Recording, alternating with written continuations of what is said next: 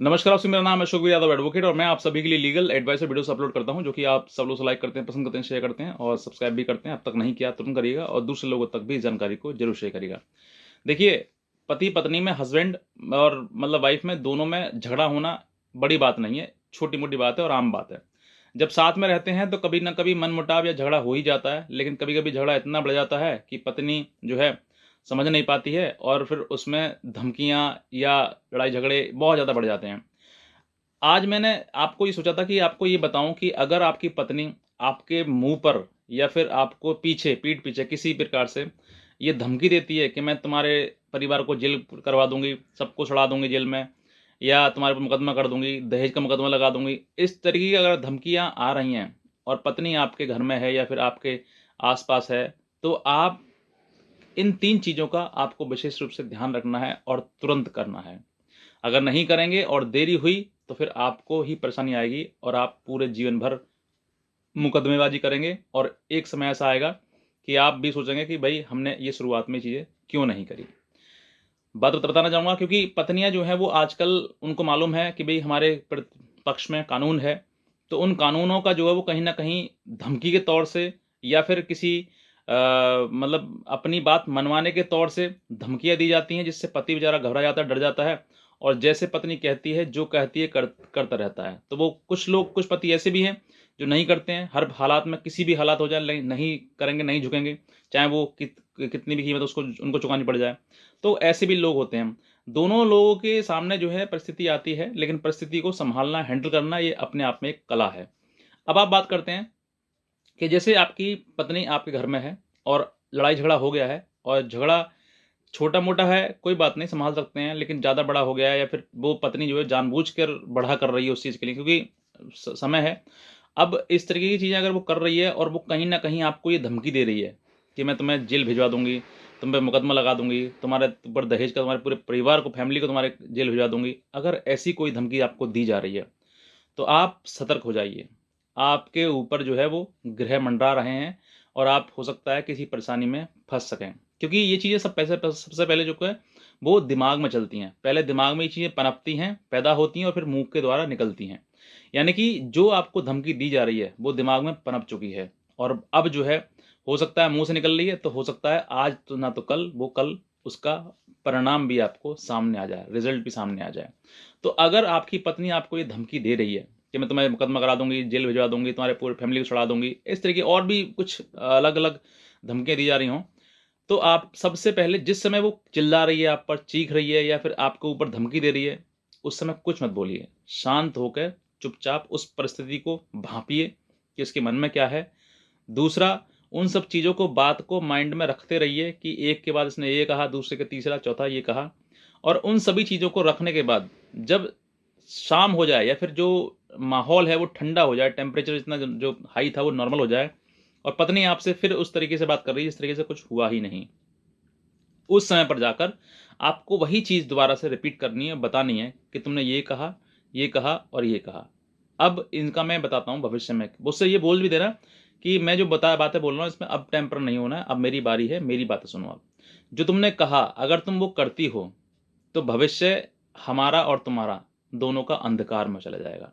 दूसरा, आप बच्चा परिवार में है, घर में है, मतलब हो सकता है आपके आपके पास बच्चे भी हों, तो आप सोच कर देखिए कि वो ये आप यही बताना कि अभी तो हमारी ज़िंदगी दोनों बर्बाद होगी, लेकिन साथ में इन बच्चों की भी होगी। इनको या तो पिता का साया इनके ऊपर से हट जाएगा या फिर माँ का, तो कुछ भी हो सकता है और दोनों परेशान रहेंगे, दोनों की परिस्थिति जो परवरिश है वो अच्छे से नहीं हो पाएगी। ये बातें पूरी बताएँ आप। और दूसरे साथ में ये भी बताएँ कि अगर तुमने ये किया, मान लीजिए तुमने जेल भिजवा दिया, ठीक है? मान लीजिए झूठा मुकदमा आपने कुछ लगा दिया, क्योंकि महिलाओं के लिए कानून है ज़्यादा, तो हो सकता है वो कुछ भी लगा देती है, क्योंकि आजकल महिलाएँ 376 जैसी चीज़ें फटाफट यूँ लगा देती हैं, 377 यूँ लगा देती हैं। तो वो मतलब वो उस चीज़ के लिए आप मत समझना कि हाँ, ये चीज़ें लगा सकती है, लेकिन फिर भी मैं बताता हूँ आपके लिए, मान लीजिए वो कह रही है, तो हो सकता है किसी न किसी ने उसको उकसाया हो, किसी ने बताया हो कि तुम ये धारा लगा दो, ये ऐसे लगा दो। तो हो सकता है कि इस तरह की चीज़ें जो है वो करने की सोच रही हो। तो आप बता देना अगर तुम करती हो, मान लीजिए मैं जेल चला गया, आपने झूठा मुकदमा मेरे पे लगा दिया और मैं जेल जेल चला भी गया, तो आप ये समझना कि मैं आपके लिए मर चुका हूँ और अब जो है जीवन आपका अकेले बीतना है और इस घर में आपको रास्ता, जितने भी आने के रास्ते होंगे वो सब बंद। ये आप बिल्कुल स्पष्ट रूप से क्लियर करा देना। जो तुमने कहा है, गुस्से में कहा या कुछ कैसे भी कहा, कहीं न कहीं आपके मन में वो है, वो पनप रहा है। इसीलिए मैं बोल रहा हूँ आपके लिए, आज अगर आपकी मेरी शांति है, मैं आपसे बात कह रहा हूँ, तो आप आज सोचकर भविष्य देख लीजिए। अगर आपने इसी में से कोई भी आपने कोई चीज़ करी, कर सकते हैं क्योंकि आपके पास कानूनी राइट है, तो आप कर सकते हैं। बिगाड़ना परिवार बिगाड़ लीजिए। तो अगर आपने सब कुछ किया, तो इस घर में से आपका हमेशा, चाहे फिर मुझे कुछ भी परिस्थिति किसी कितना भी अ, मेरे को परेशानी झेलनी पड़ जाए, लेकिन अब जो है फिर रास्ता आपका आना बिल्कुल बंद हो जाएगा इसमें। अगर आपको ये सब कुछ करना है, ये सोच लीजिए पहले, और उसके बाद कदम रखें, और उसके बाद आप सोच लीजिए कि परिणाम आपका यही होगा। अगर वहाँ पर पत्नी हो सकता है कि आपकी ये बात कहेंगी कि आपके ऊपर साया उठ जाएगा, बच्चों के ऊपर साया उठ जाएगा, तो हो सकता है कि थोड़ा इमोशनल हो जाए और आपसे माफ़ी माँग ले, गलती हो गई मेरे से।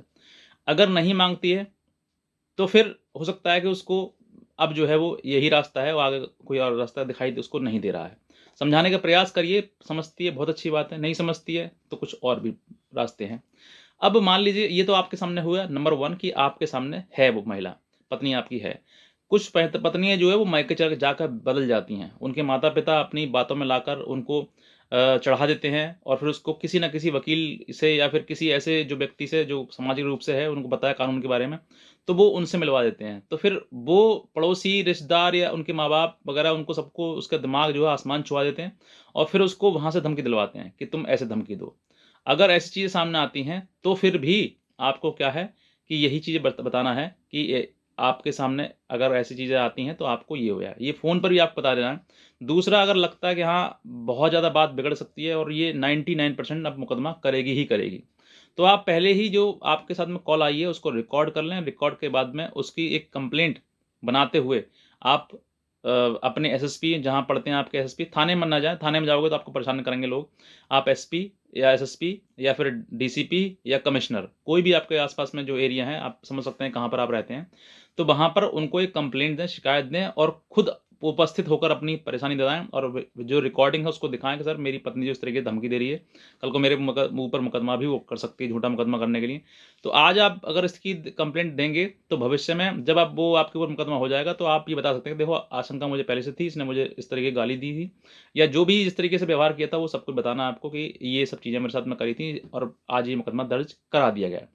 साथ ही साथ में आप वहीं पर जो कंप्लेंट आप दे रहे हैं, उसी में ये भी आप कहें कि मैं अपनी पत्नी को अपने साथ रखना चाहता हूँ, लेकिन वो अपने माँ-बाप के कहने में आकर या किसी और के चढ़ाव में आकर वो ऐसा करने के लिए धमकी दे रही है और कर रही है।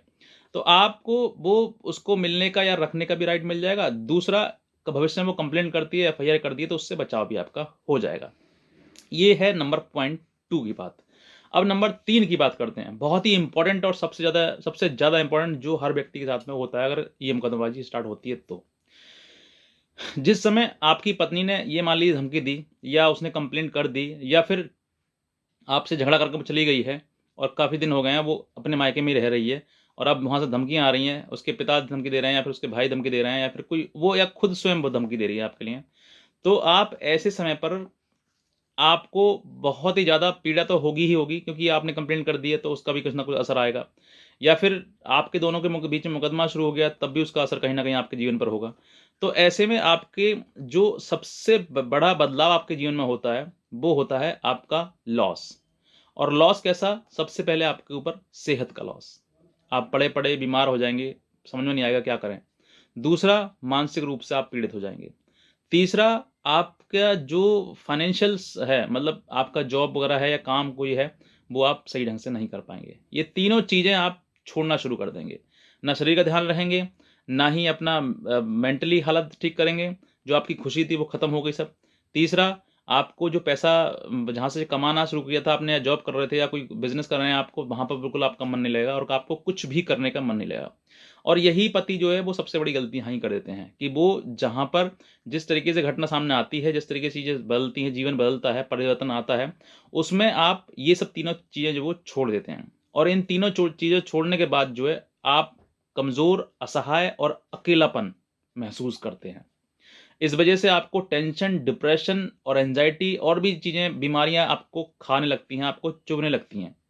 जब इन चीज़ों में आप फँसोगे, तो आपको लगेगा हाँ, अब मेरा जीवन में कुछ है ही नहीं, अब जीवन मेरा खत्म है। और इस जब जीवन में कुछ है ही नहीं तो मुझे करना क्या है, तो वो कुछ कर नहीं पाते हैं, अकेले में रोते हैं। माँ बाप के सामने नहीं कह सकते या किसी और के सामने नहीं कह सकते, लेकिन अकेले में रोना शुरू कर देते हैं। तो आपको रोना नहीं है और इन तीनों चीज़ों को आपको लॉस नहीं करना है। आप अगर अपने जीवन में आगे बढ़ना चाहते हैं तो आपको इन तीनों चीज़ों का विशेष रूप से ध्यान रखना पड़ेगा। अपने शरीर का भी ध्यान रखना पड़ेगा, मेंटली हालत का भी ध्यान रखना पड़ेगा और फाइनेंशियल। अगर आप शारीरिक रूप से कमज़ोर हो गए, शरीर में दम ही नहीं रहा या बीमारियों ने घेर लिया आपको, लड़ नहीं पाओगे। दूसरा, आपके पास दिमागी ताकत नहीं है, मानसिक रूप से आप कमज़ोर पड़ रहे हैं, तो फिर भी आप लड़ नहीं पाएँगे। तीसरा, आपके पास फाइनेंशियल सपोर्ट नहीं है, पैसा नहीं है या फिर आप पैसा कमाना ही बिल्कुल बंद कर दिया आपने, नहीं लड़ पाओगे। आप या तो आप अपने आप को मजबूत बनाएँ तीनों चीज़ों से, या फिर जैसे पत्नी कह रही है उसका गुलाम बनना, गुलाम भी बन जाइए, कोई दिक्कत नहीं, लेकिन अगर वो गलत इल्लीगल आपसे डिमांड कर रही है या फिर गलत तरीके से आपके घर में प्रवेश कर रही है या घर में माँ-बापों की कोई हालात मतलब ख़राब कर दी है या घर में कलेश इतना कर दिया है कि शांति भंग कर दी है सब कुछ, बहुत कुछ का आपके साथ कर दिया है और आपको एक ही रास्ता दिखाई दे रहा है कि अब तो मतलब जीवन में कुछ भी हो जाए, लड़ना ही है। तो लड़ने के लिए 3 चीज़ें बहुत ही ज़्यादा इम्पोर्टेंट हैं आपके लिए, क्योंकि अकेले आप नहीं लड़ पाएँगे इन 3 चीज़ों की सपोर्ट के बिना। इन 3 चीज़ों से ही आपका जीवन बदल सकता है, इन 3 चीज़ों की वजह से ही आपका जीवन गड्ढे में जा सकता है। तो ये आपको ही समझना है कि मुझे क्या करना है। तो मैंने जो आपको इन 3 चीज़ों के बारे में बताया है, ये और साथ में और जो ऑप्शन बताए हैं, उन सभी चीज़ों को आपको ध्यान रूप से समझना है और अपने जीवन को आगे बढ़ाना है। बहुत सारे लोग ऐसे भी हैं कि जब ये चीज़ें टूटती हैं, जीवन टूटता है, आपका खराब होता है, रिश्ता खराब होता है, तो अपने आप को ख़त्म करने की सोचते हैं। वो फांसी लगाने की सोचते हैं, वो गोली खाने की कोशिश करते हैं और भी कुछ चीज़ें सोचते हैं, लेकिन आपको ये सब कुछ नहीं सोचना है। जीवन आपको मिला है और ये अनमोल है। और हाँ, एक दूसरी बात, आप जवान हैं, यंग हैं और इस अवस्था में आपके लिए रोने की आवश्यकता नहीं है, आपको लड़ने की आवश्यकता है। अगर आपने गलत किसी के साथ नहीं किया है तो। और अगर किसी ने आपके साथ में गलत किया ना, जिसने आपके साथ गलत किया है, उससे आप लड़िए। बुराई के आगे कभी मत झुकना। मैं आपको आज ये कह रहा हूँ, ऑन वीडियो कह रहा हूँ आपसे कि अगर बुराई आपके ऊपर हावी है ना और आप हर प्रकार से कमज़ोर महसूस कर रहे हैं, असहाय महसूस कर रहे हैं, मत हारना। क्योंकि आपको वो बुराई से लड़ने की ताकत जो है वो आपको एक नए शिखर पर ले जाएगी और आपको हो सकता है कि आपके जीवन में एक बहुत बड़ा बदलाव आए, जो कि आपको अचंभित कर दे। ये आपको समझना है। तो बस मैं इतना कहना चाहूँगा, अगर आप नए हैं तुरंत सब्सक्राइब कर लें चैनल के लिए, दूसरे लोगों तक ज़रूर इस जानकारी को शेयर करें और कोई भी अगर आप हमसे लीगल हेल्प चाहते हैं तो आप हमारे दिए हुए नंबर पर संपर्क कर सकते हैं। आज का वीडियो आपसे बहुत धन्यवाद।